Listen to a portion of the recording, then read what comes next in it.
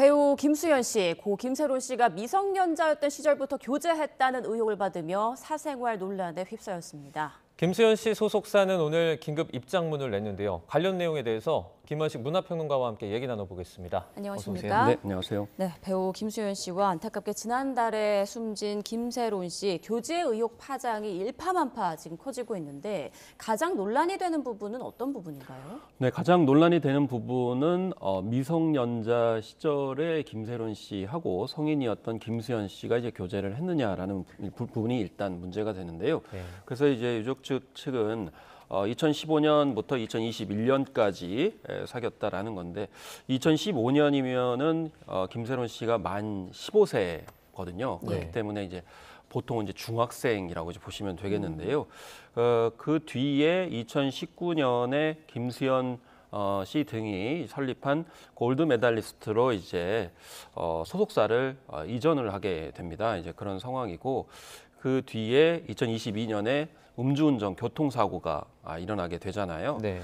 그러면서 그 뒤에 이런 여러 가지 상황 속에서 봤을 때 그 이후에 처우가 과연 이 같이 사귀었던 그런 사이로서 이런 여러 가지 문제들에 대해서 좀 책임이 있는 것 아니냐라는 지적들이 나오고 있는 것이죠. 네.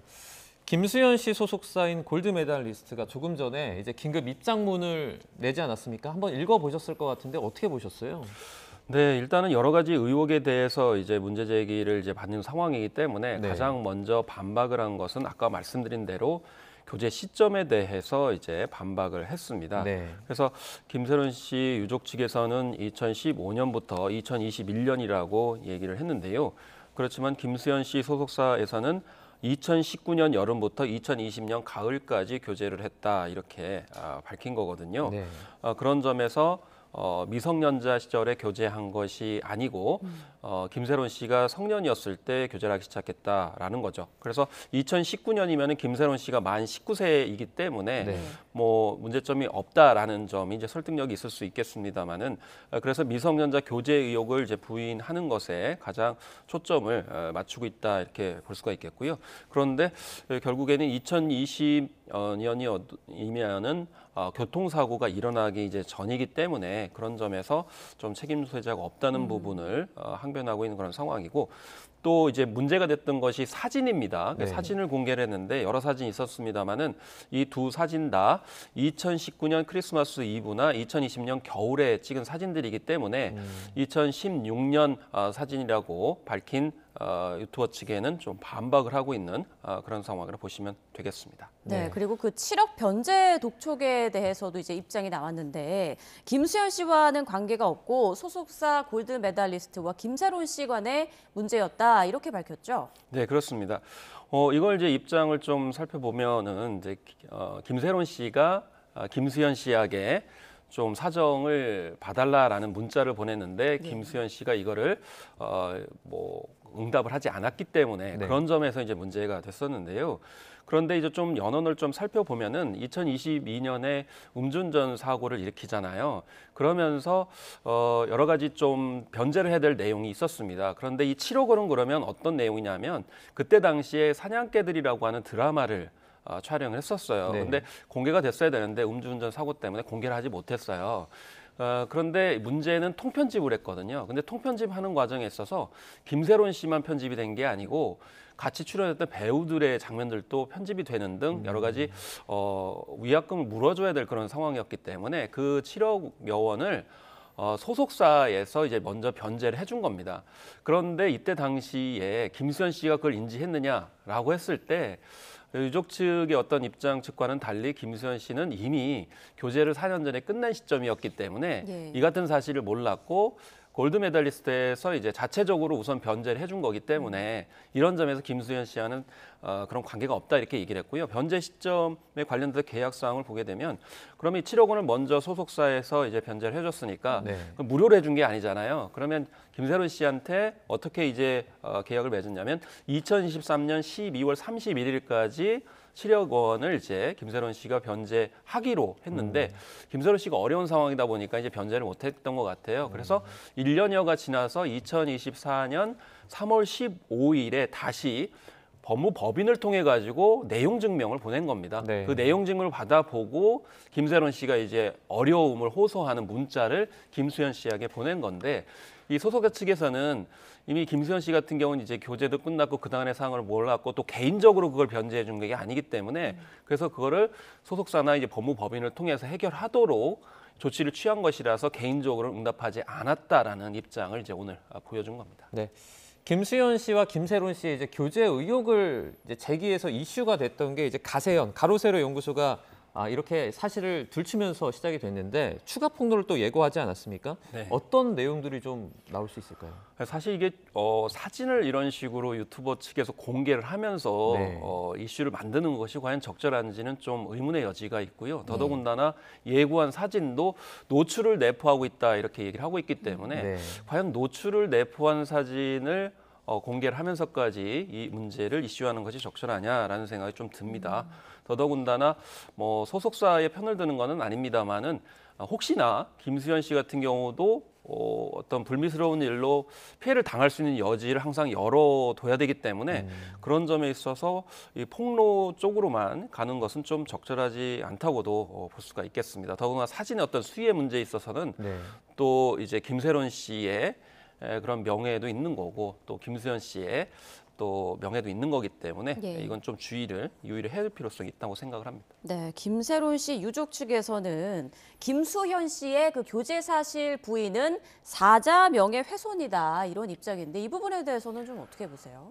그러니까 김세론 씨가 사실은 일정한 메모를 남겨뒀다라는 것이 이제 유족 측의 이야기가 되겠습니다. 네. 그래서 2015년 11월 19일부터 2021년 7월까지 연애가 이어왔고 제 나이는 16살, 상대는 30살이었다. 그렇게 6년의 연애가 끝났다는 입장문을 써뒀던 것으로 좀 유족 측에서 이야기를 하고 있거든요. 그러니까 본인이 밝힌 내용이기 때문에 여기에 관련돼서 허위로 지금 김수현 씨 측이 얘기를 하고 있기 때문에 이것이 이제 그럼 김세론 씨가 거짓말을 했다라고 얘기하는 거냐라는 측면에서 이 사자 명예훼손 그것을 이제 문제 제기하겠다라는 건데 네. 그렇지만 전제 조건이 있습니다. 분명하게 허위 사실을 이제 적시해야 되고 의도를 가지고 있어야 되는 거고 그렇지만 모욕죄나 명예훼손죄보다도 좀 까다롭기 때문에 이 사자 명예훼손은 조금 좀 지난한 과정이 있을 것 같다는 생각이 들기도 하는데 어쨌든 중요한 거는 과연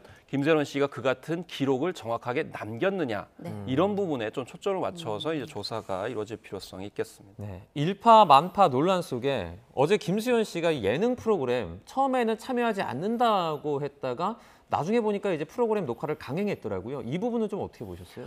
아마 이제 김수현 씨나 김수현 씨 소속자 측에서는 만약에 하차를 하게 되면은 네. 여러 가지 계약 상황이 있기 때문에 좀 복잡한 그런 위약금 문제도 있을 것 같고요. 두 번째는 출연을 함으로써 자신들의 어떤 진정성이나 잘못이 없다는 것을 이제 반증하기 위한 것이라고 볼 수가 있겠는데요.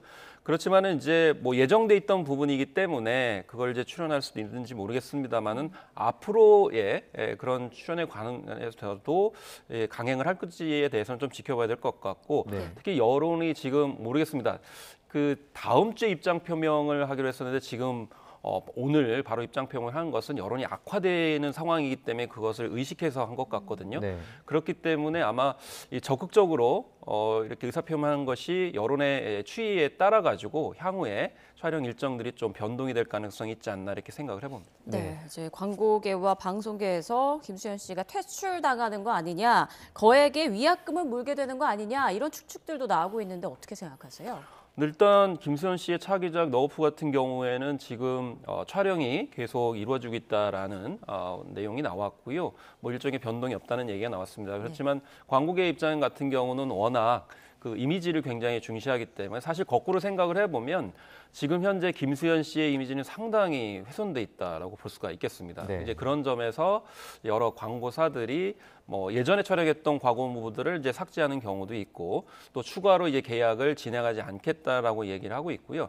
당장에 뭐 그런 조치를 취하는 것은 없지만은 일단 이미지가 훼손된 것은 사실이다. 그런 점에서 향후에 좀 더 사태 추이를 보고 이제 진실의 어떤 좌우에 따라 가지고 광고계가 더 발빠르게 움직일 가능성이 높지 않나 싶고요. 네. 그런 이후에 이제 콘텐츠는 약간의 어떤 공개 시점이나 런칭 시점들을 조율하는 형태로 갈 가능성이 높습니다. 네. 이런 가운데 그 고 김세론 씨가 사이버 레카 유튜버의 어떤 사생활 폭로 때문에 고통을 받아왔다. 이런 부분도 지금 알려지고 있어서 이슈가 되고 있습니다. 그러니까 뭐 스토킹 수준으로 사생활을 파헤쳤다.